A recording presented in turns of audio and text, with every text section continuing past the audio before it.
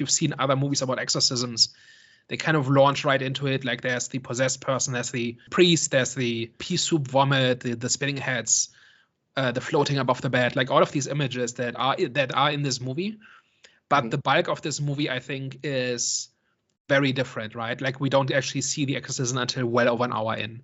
And I think that is kind of why audiences who know who know the exorcism genre kind of go in with expectations that kind of negates like the actual horror of this movie, which I think is a mother is stuck in a strange town, right? They're not from Georgetown, right? They're renting this house.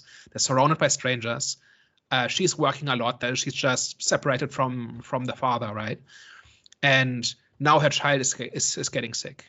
And she's trying to help, but she can't figure it out. And none of the experts, none of the doctors can help her. I think that is the horror of the story. It's also like that feeling of like helplessness and stuff like that. That just like sort of like really adds to sort of the sort of building of tension throughout this movie. Like I actually think the scariest scene is the medical stuff. Yeah, I was gonna say actually, it's like when they're putting that thing in like her throat or whatever like that. I was very screaming when I was like spinal tap. Yeah. And like the MRI is not much better, right? Like 70s medicine, pretty rudimentary, right? And pretty scary. And everybody's trying to kind of put Reagan at ease, and everybody's genuinely trying to help. Nobody is mean. Nobody is cruel, and it's still terrifying. I think that's the core of the horror here that this taps into, and I think that's the reason why it's the only good exorcism movie I know. So I think there's a few, like Exorcist 3 is good, and there was this Amazon series about The Exorcist that essentially was 2 seasons, and each season it follows one possession case, and they're quite different cases, and it's a pretty good story because it's about something and it's well done and it's well written and it's an intelligent story and stuff like that.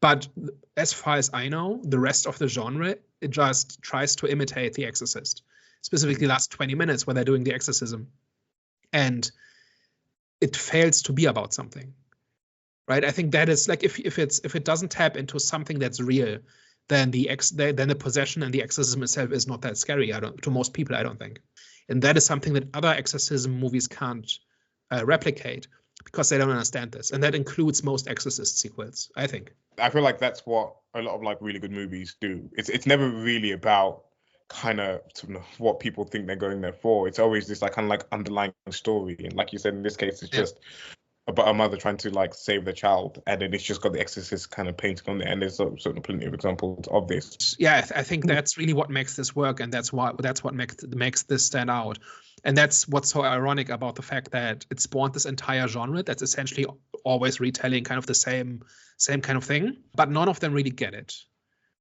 And I kind of wonder why. Like we're not that smart, right? Like, we're not the only people to have figured this out.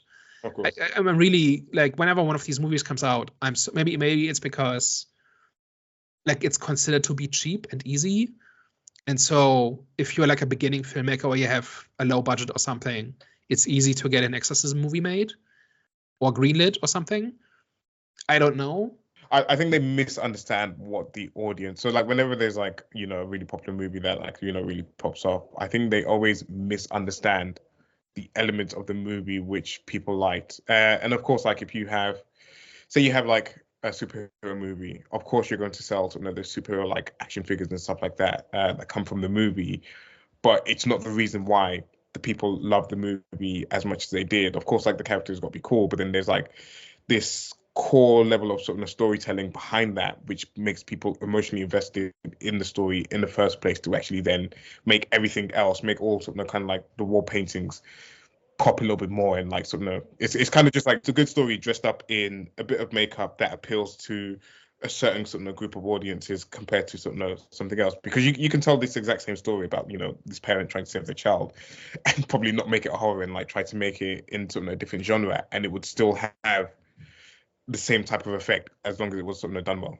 That's why 50 years later, it's still one of the best and has not really been replicated very much. Like people have tried and a few have gotten close, but very little has actually copied this in a way that matters, I think. And I think that makes it special. And even if you don't like horror in general, I think it's interesting on that level.